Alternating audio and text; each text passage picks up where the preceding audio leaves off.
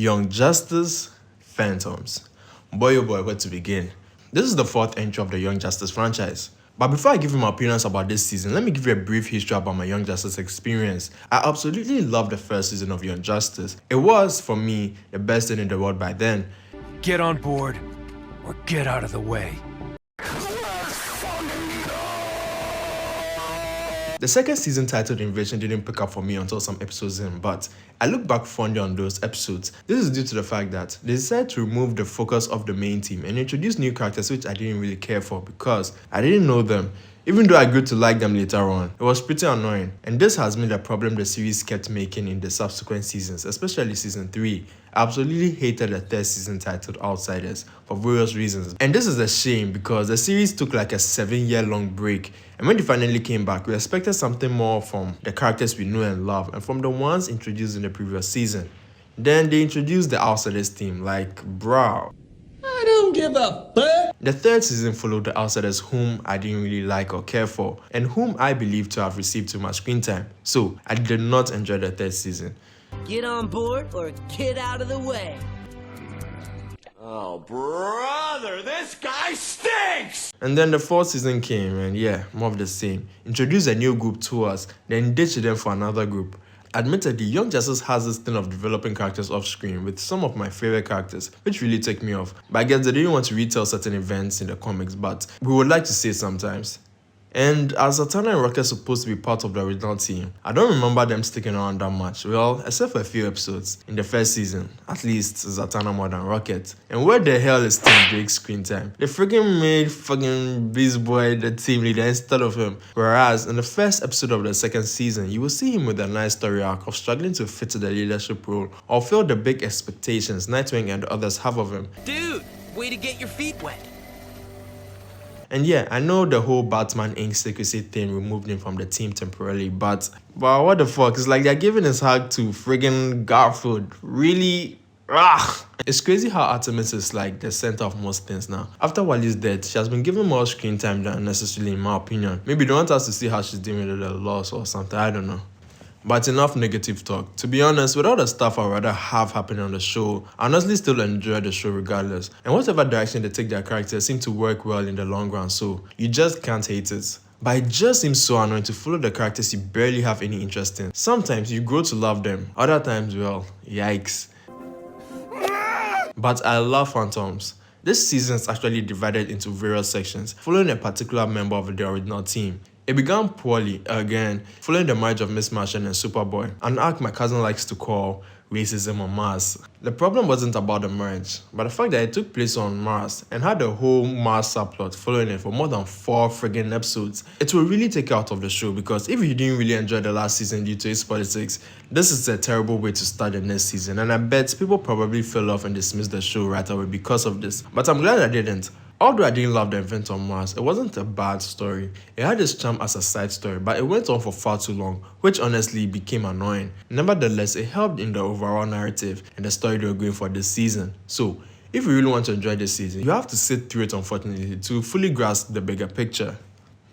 The next mini arc followed Artemis and her family's connection to the League of Shadows, and this is where the story really picked up for me. I love stories surrounding the Batman lore, and flipping the script bringing the attention to Orphan was absolutely remarkable. And even though it was an all-girls episode, it was really enjoyable to watch. I was enjoying the characters so much. The characters were all compelling and entertaining to watch. So far, this arc was one of the highlights of the season for me personally. The other mini arc followed Zatanna and a group of young magicians. Honestly, by this point, I got used to the way Young Justice kept introducing new characters you expect you to know all about, so I didn't really think much of it. Just a little research and I was good. But just like you, the person who caught my eye amongst the motley crew of young magicians was Mary. Mary is one of Billy's siblings who has the power of Captain Marvel or Sergeant, whatever, aka and her descent into darkness was really interesting because she didn't see anything wrong with what she was doing. She was caught up in being Captain Marvel. She got lost in the power, but she decided to give it up. She decided to choose herself. She could still be a hero and help people another way, rather than giving in to the power of Captain Marvel. She showed this conviction when she was being tested by Nabu or Dr. Fate, but in the end she gave in to her anger. Her notion of the end justifies the means made her make unquestionable choices, which did not only put herself but her friends' lives in danger. Etrigan was the only person who noticed this, but we brushed it aside thinking it was one of those things, but I'm honestly surprised with the direction it took her. She was the most interesting character by far this season. We also had an arc set in Atlantis following Aqualad, or should I say Aquaman. It was pretty great because there's a story with Vandal Savage they keep telling throughout the whole show, and it got really important at this part. So if you like Aquaman and Atlantis, you'll love this part too. It's pretty good for the most part. Vandal Savage has been the main antagonist in the show since the beginning, and it's amazing to see how it seems like he's the one literally holding the balance of the DC universe. It makes me see him in a whole new light. Wink, wink. From the creation of Atlantis and beyond, he has really been the puppeteer of a lot of things in this universe. Just like the other seasons, this season went heavy with the therapy. Violet finding herself was pretty interesting. Like I said, I wasn't a big fan of The Outsiders or Geostorm, but I honestly dig the whole finding myself vibe. She has come a long way. I really hated Garfield this season. Shutting himself off and refusing to let people help him really ticked me off. I get it, sometimes you feel nobody can truly understand or help you, but his actions were unbearable to watch. And if you didn't like Garfield getting so much screen time in the previous season, you will pretty much hate him here. He had unresolved issues which was very annoying to watch. Yeah, seeing a shrink and admitting you need help is tough, but when everyone is depending on you to get help, you have to allow yourself to get help. Kudos to Black Canary, the ultimate counselor. She did what nobody could do. Respect. The next arc following this is one of my favorites. This arc follows Rocket on her mission on New Genesis. The Fourth World and Jack Kirby stories really intrigued me, so yeah, it caught my attention. This was the final act of the season, connecting together everything we've been watching from season 1 till now. Like the incidents with the school bus, it's crazy how they're able to make the school bus scenes from the first season have more relevance. Like it really wasn't a retcon. Check out season 1 episode 14 titled Revelation at this time right here, or the Superboy and Superman scene season 1 episode 5 titled Schooled at the beginning of the episode. Additionally, this arc was, for the most part, concluding the Superboy subplot. It revolved around Connor and the Kryptonians banished in the Phantom Zone, and since it was the final arc, it finally brought all of the members of the original team together. The team we actually wanted to watch, not some friggin' outsiders.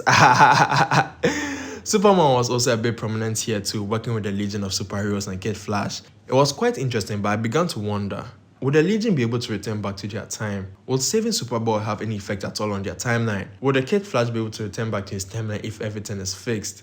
We did get some answers to these questions, but Kid Flash though, has anything changed? For him at least. But I guess we have to wait for the next season. I hope we get answers to all these questions soon, because they just keep teasing us with all these characters and subplots, which they refuse to resolve completely and always leaving us in the dark, or they will do it off screen. Like, what the hell are they doing with Jason? We know he's the masked man working with the League of Shadows. They aren't fooling anybody. We need that Jason story now. Overall, this season was enjoyable, if we're able to make it past the first 4 episodes, that is. So, don't dismiss it just yet. I think it's worth it. It was an enjoyable watch. So, that's it guys. What are your thoughts about the show? Have you watched it? Did you skip it entirely because of the previous season? Did the Mars arc piss you off?